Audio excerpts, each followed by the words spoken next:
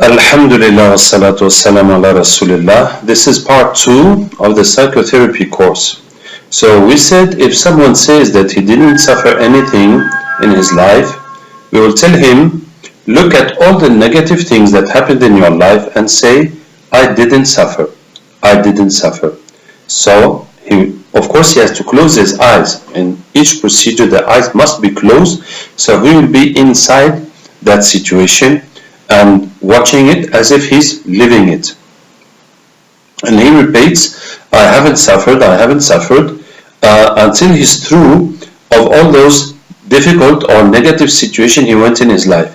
If in that process he finds something that made him suffer, that is paining him, so we will work on it to remove it. If he goes through it all and confirms that no, there's no pain, so it is the end of the session and we stop there.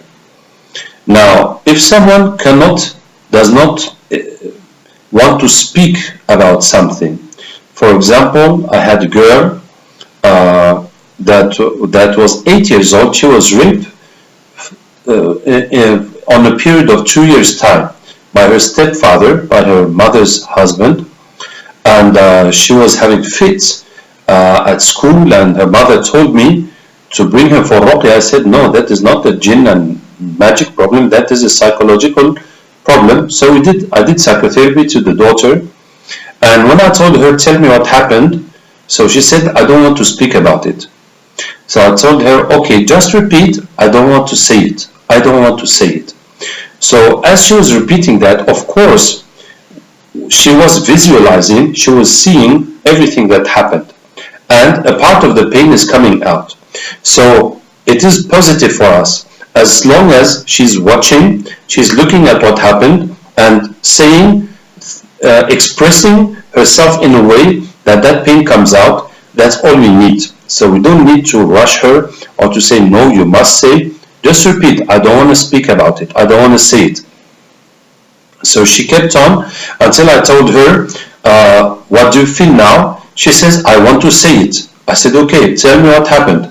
So we went through all the process that happened.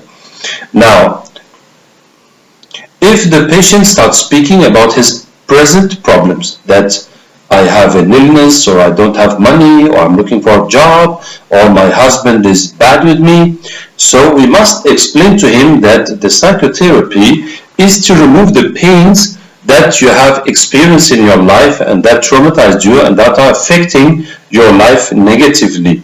But the psychotherapy cannot solve the present problems. If you have a problem now in your life, you need to find a solution.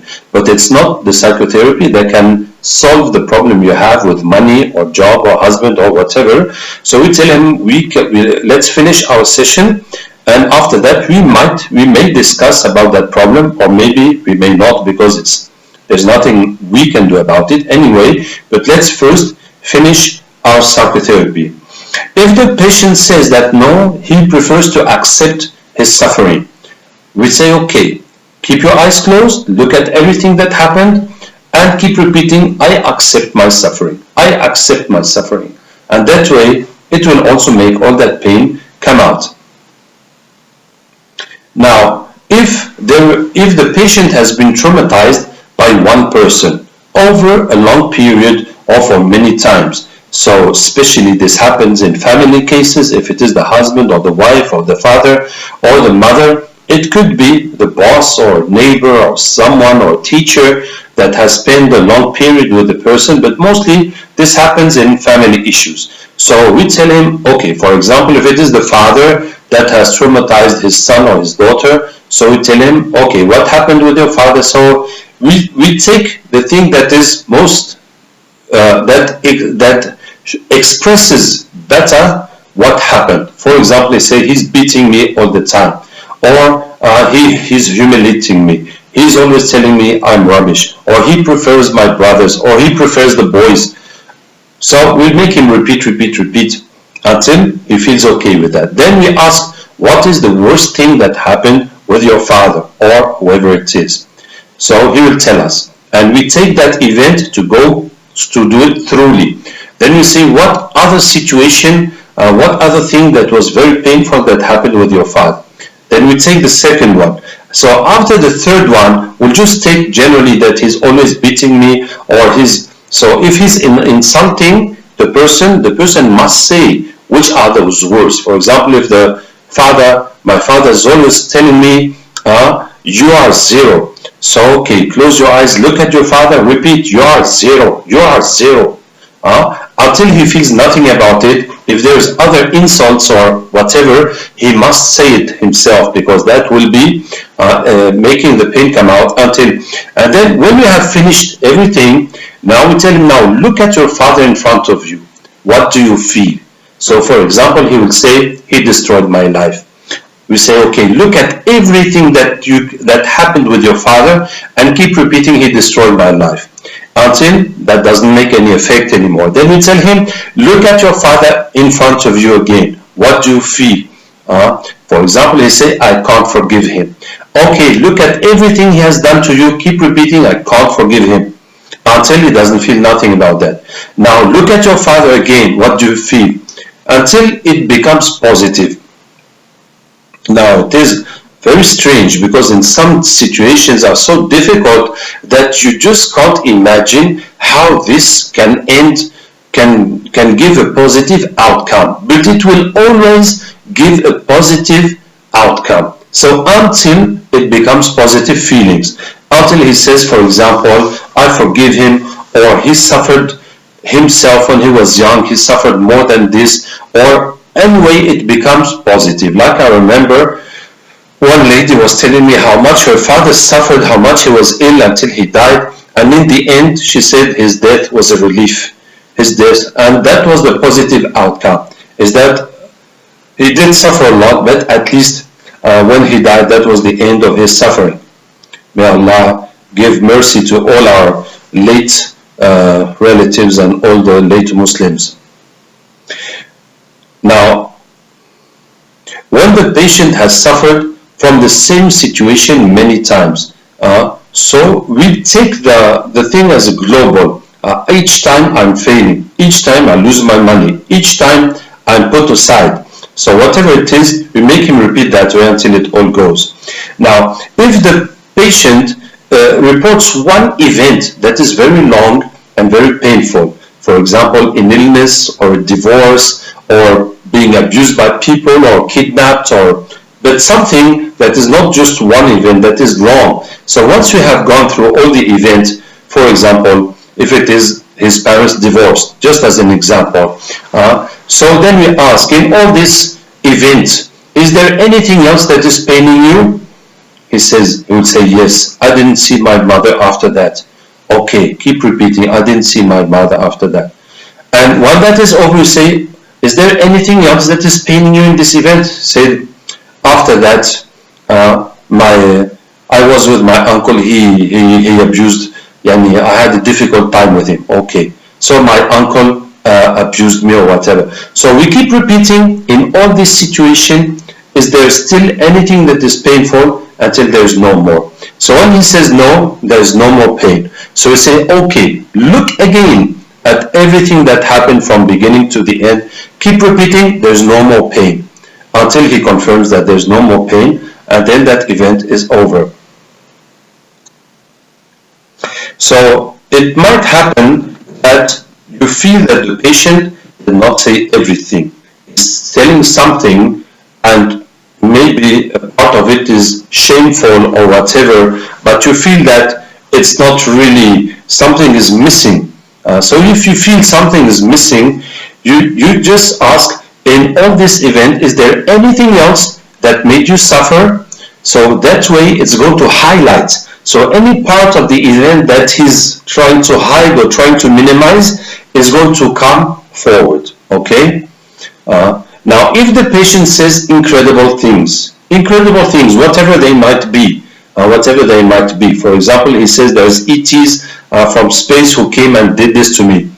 You don't bother at all. Just say, okay, the ETs bit me, the ETs did this to me, whatever that incredible thing, just do the psychotherapy to remove his pains, and that's all. Even if some patients have suffered in dreams, they get beaten or raped or whatever happens to them, and that is traumatizing them. So even if it is in dreams, you do the psychotherapy for the person. But you must know now, I'm going to speak a bit about the jinns in the psychotherapy. So when someone gets possessed and has jinns speaking and manifesting through him, it is likely that he will get possessed and the jinns will manifest during the psychotherapy, because that is removing the pains from his brain, and that is squeezing the space that they occupy. So it's like if the walls are closing on you, so of course they'll not bear it, and they will try to stop it, and anyway they cannot bear it, so they will be excited, and they will panic, and they will manifest. So if that happens, you have to tell the patient that don't bother about the jinns. Don't take notice of the jinns. Just keep concentrated on your pain, because you are removing the pain that is squeezing their space and killing them, but in the end they'll just leave. So don't ignore them. Just ignore them and continue focusing on your pain to evacuate the pain, and they will just disappear. So don't bother about them and avoid interrupting the psychotherapy session to go into jinn catching or into ruqya. Avoid. Let the psychotherapy go to the end and remove those jinns. Now, if it does happen, so you will speak with those jinns and read verses to convert them. But it is better just to stay in psychotherapy, and that way the jinns will end up by going. Now, what happens in the end, it often happens when the patient has finished his pains. So you'll then ask him, what did the jinns make you suffer? Because it often happens that when the person tells everything he suffered in his life, he does not think of what the jinns have done to him. So anyway, when you finish the normal pains of his life, you ask him, what did the jinns make you suffer? And now when he is going to go onto that topic, that will make the jinns even more excited and panicked. And same thing, he will try to control himself and ignore them until it's finished. So by the time the last pain finishes, it is likely he will see the jinn in front of him. It's like if that jinn was holding on his brain, and his attachment was removed, so he let go, and now he comes in front of you. So when the patient sees the jinns in front of him, he must say Bismillah, take a sword and cut him immediately, and keep cutting him until there's nothing more to cut. Even if he just sees the eyes of the jinn, he just cuts in the middle of the eyes. That will be enough. Okay, so that often happens in the end of the psychotherapy, and that is really beautiful, because the patient has finished his pains, and also he will get rid of the jinn, and also that will increase his iman by having this experience, and after having suffered so much, now he comes over all that suffering. So it is really a great experience. Now, if in the psychotherapy the patient says that, for example, he says he will never forgive, you just tell him, no problem, just look at everything that happened, that person or those people did you, keep repeating, I'll never forgive them, I'll never forgive. You see, that is how to do. Don't try to say, no, we are Muslims, you must forgive, you don't want that person. No, we don't. That feeling he has that he will not forgive, that anger, it is because he suffered. You just have to remove that suffering, and he will come back to logic and to normal feelings and to normal decisions, instead of reacting from the pain. So you tell him, look at everything that happened and keep repeating, I will never forgive. It is not an obligation to forgive, and there are some things we cannot forgive, like shirk, like sihr, magic. That is not forgivable. Allah does not forgive shirk. So it is not compulsory to forgive. It is just a good deed to forgive. So if someone does not want to forgive because he thinks that that person did not repent, and he's, for example, taken your money or taken your wife or whatever he has done to destroy your life, so you want your justice with Allah, that is right. It's not wrong that you don't want to forgive. So it's not illness, it's not a must that the person will forgive. But what we want is that anger and that pain that is in him should go out, and that will not dictate his behavior.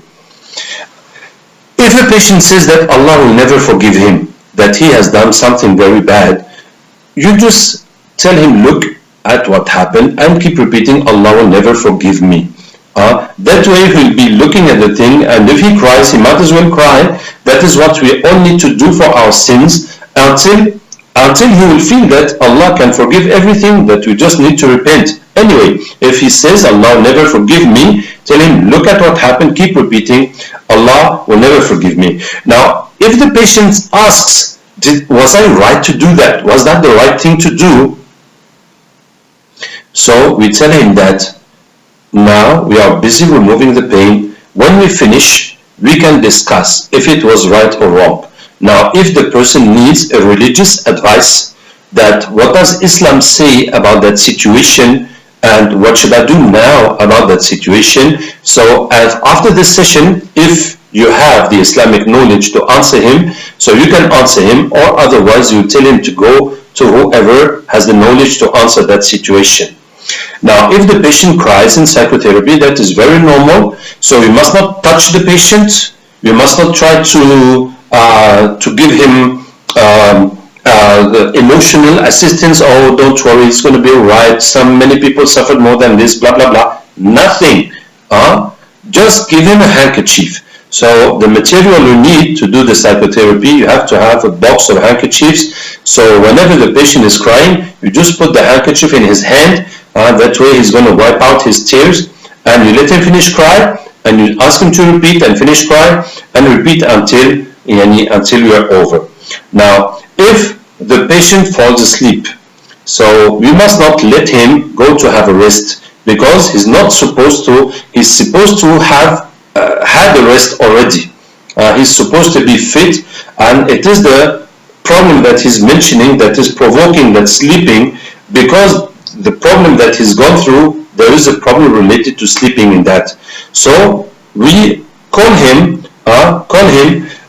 to please repeat again. If he's really falling asleep, we'll touch him just a bit or touch his foot to try to wake him up and to continue going through the psychotherapy. Of course, if he's really tired and sleepy, so we shouldn't do the psychotherapy, because it needs the mind to be totally open and fit to do it. Now, when the patient is narrating any pain, so we have to repeat until all the emotions, all the negative emotions are gone, and we reach positive emotions. Until all the physical feelings that have occurred in the psychotherapy have gone, and until all the new information has gone.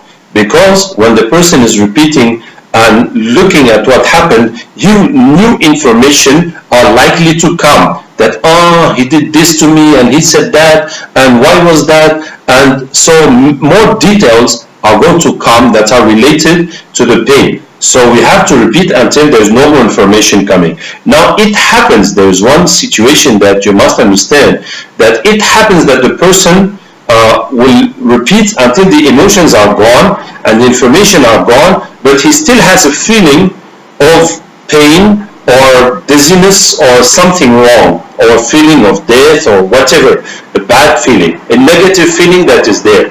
That means that the same thing has happened before. That means that same thing can happen many times, like falling down or being hit on the head.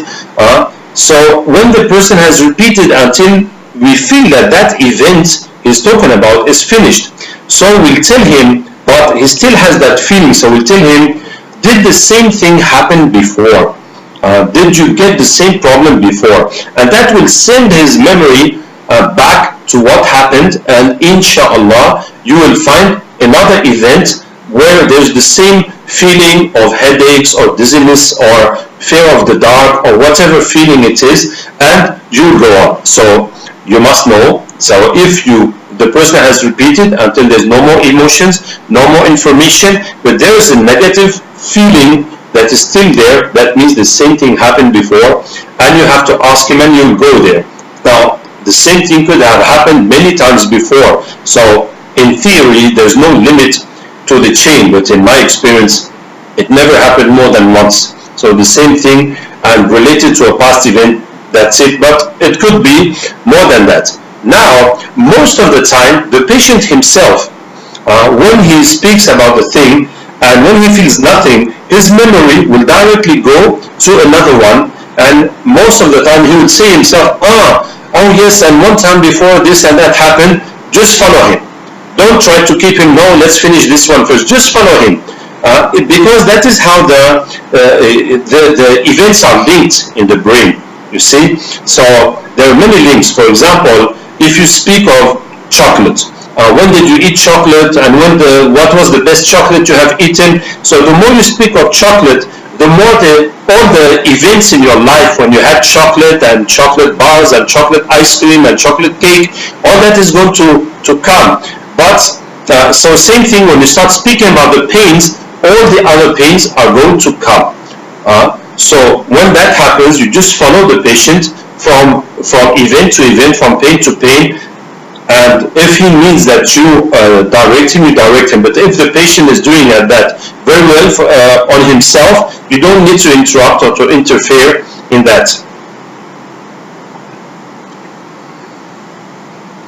Now, it happens that some people in psychotherapy don't want us to know what happened to them. I remember I had a patient like that, and she didn't want to say anything. But I said, but you did suffer in your life. She said, yes. I said, okay, look at what happened. And keep repeating, I suffered a lot. And we kept on repeating things like that. I suffered a lot. That was very bad.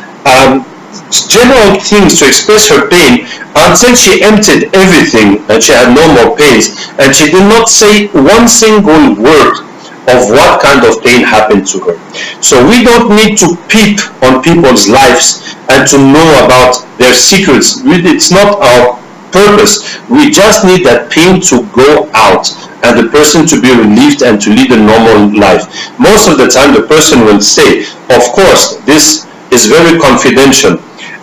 It is confidential, the psychotherapy, and it is confidential to a point that even with the same patient, you must not speak about it anymore. If you have done the session and then you meet the patient, you don't say, hey, how's your father now? Yeah, that's a guy. Not one word. You just do as if you never heard anything about the story. That is very important. Don't even speak with the patient of what he told you in psychotherapy. Now, if the person does not remember what happened, what to do? Now, so how do we know that there is a problem? Because there is a problem. For example, the person can be afraid of dark, or afraid to speak in front of people, or afraid of dogs, or afraid of noise, anything. So, but he does not know when it started. That means that as far as he can remember, he's always been like that. That if you want to know what is the natural, what is the nature of man, look at children. Children are not afraid of nothing. So it is when they are told to be afraid, or they are punished, or they are hit, or something pains them, that they learn to be afraid. But in the beginning, they're not afraid of nothing. So there must be a beginning. Now that beginning can be too far in childhood, or whatever reason that the person cannot identify it.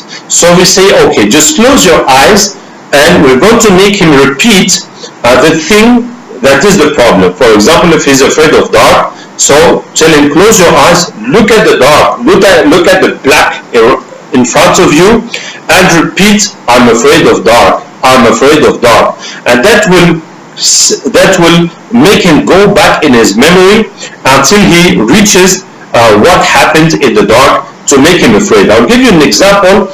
I had the patient, and we were doing psychotherapy, and all of a sudden she said, I'm cold, and she started shivering, and she was repeating, I'm cold, for about 20 minutes, and then it was gone, it finished.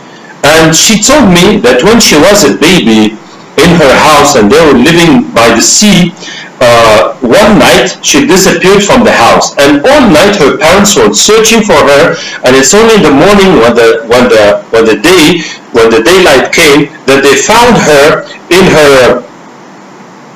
in her baby bed basket by the sea on the beach, and they never understood how she got there. Who put her there? What happened? And she was cold. She was freezing cold because the wind that is on the beach is a bit cool, and so the baby spent the night on the beach and was freezing cold. So she asked me, "Is that what has come out in the psychotherapy? That cold?" I said, "I can't tell you for sure, but it is probably that." You see, in that situation of the baby suffering, the baby was suffering of the cold, but the baby cannot explain anything, cannot say anything, cannot understand anything. The baby does not speak yet, does not understand things. So the only thing in the memory is the cold that traumatized the baby. So when we did the psychotherapy, the only thing that was there is the cold. There's no information, there's no images, there's nothing happening. So that is very likely to happen. And subhanallah, I had many patients that we did psychotherapy, and things happened before they could speak, and yet that pain was there, and it did come out, and the images came, and they saw what happened. They saw what happened because even the baby is small. If he's awake, he can see those images are still stocked in his brain. Now, when we do the psychotherapy, we must ask the patient to repeat the thing that happened and not the emotion. For example, will not tell him, "I'm scared." If it is dark, he will look at the dark, say, "I'm scared of dark," to get what happened, because we don't know what happened. But if, for example, he's in the dark and he says, "Someone is going to kill me," so we don't make him repeat, "I'm afraid." Make him repeat, "Someone is going to kill me." But even that is just imagination. You must stick onto what happened. Okay? So you don't make him repeat things like, "I was sad, I am wrong, I regret."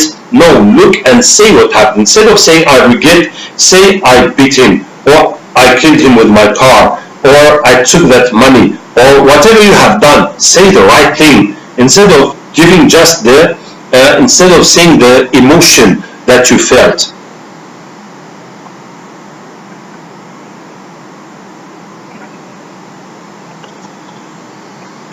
So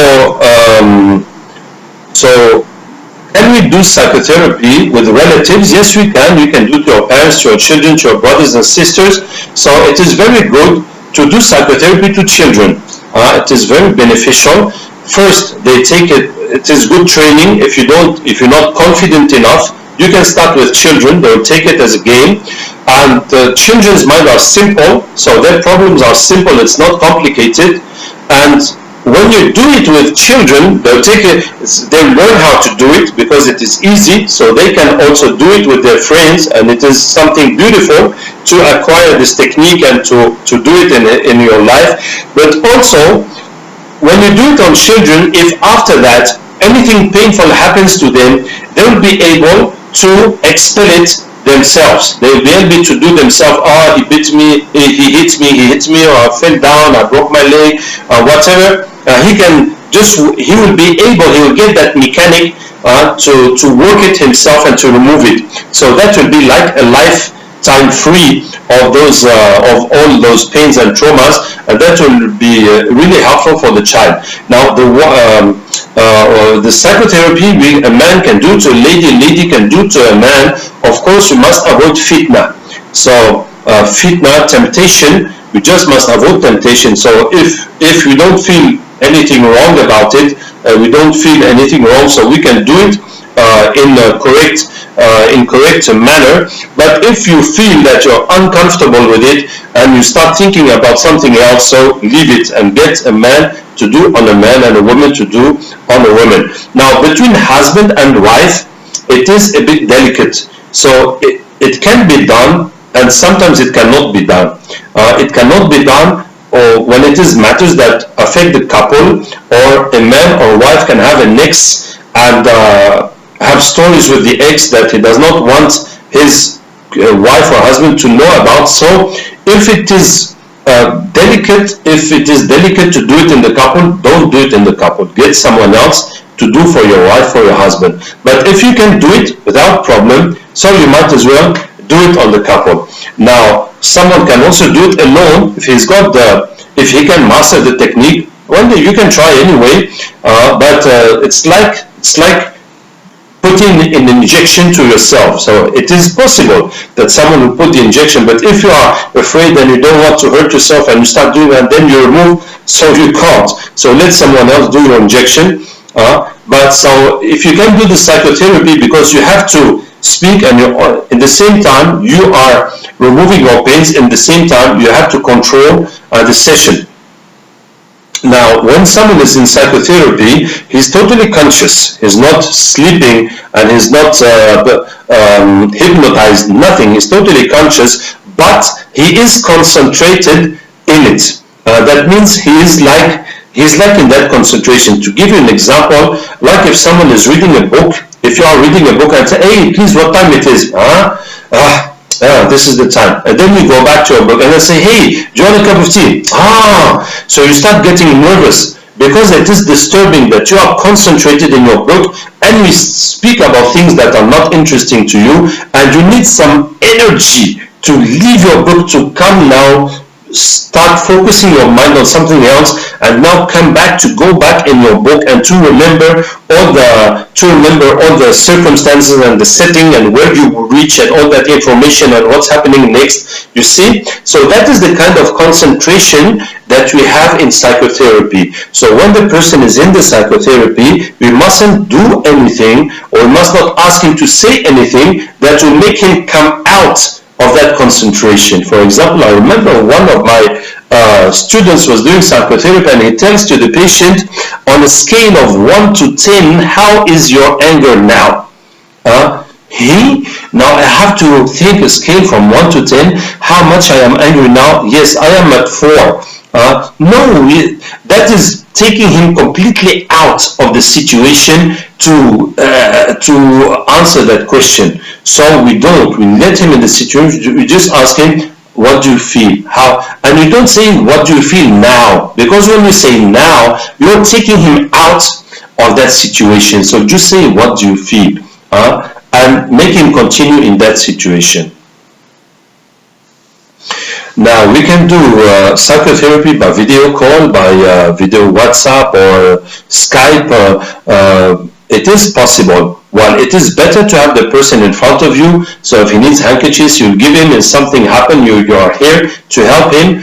But it is possible to do by video call, but it is not possible to do by phone, because you need at least to see the person and to see his reactions to know how far you have reached, and are you going to is it enough or not enough. And also the person must not be holding the phone to do the psychotherapy. He must be hands-free so that he does not need to think about something else. May Allah Ta'ala help us and guide us. Now, this psychotherapy is really very beneficial, and it is we advise everybody to do it, even for matters that have no relation to jinn and ruqya. So you can do it for yourself, for the people around you, for anyone who has suffered.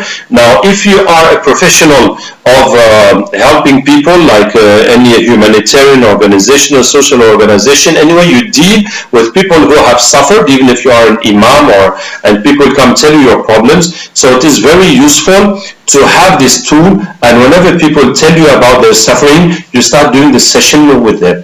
We also organize training sessions for psychotherapy. So we take a group. For example, 20 people. Will explain the type of psychotherapy. We'll take one person to do a sample on him in front of everybody, and then we'll put everybody by twos, and then we'll do to one another, and we'll be going around and checking that they're doing it correctly.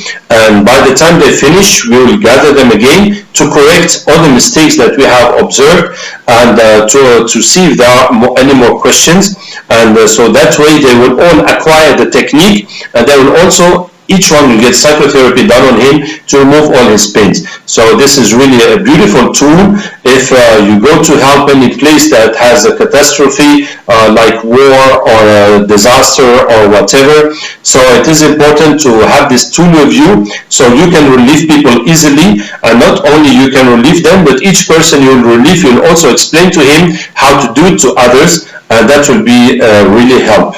And in our psychotherapy work, in all our Ruqya centers, we need to have this tool because for some patients it is absolutely necessary. But if we have the possibility, we will do it systematically to each patient. So if someone does not have much to say, that will end very fast. And if someone has a lot to say, so we will take the time, and that will be very beneficial to him.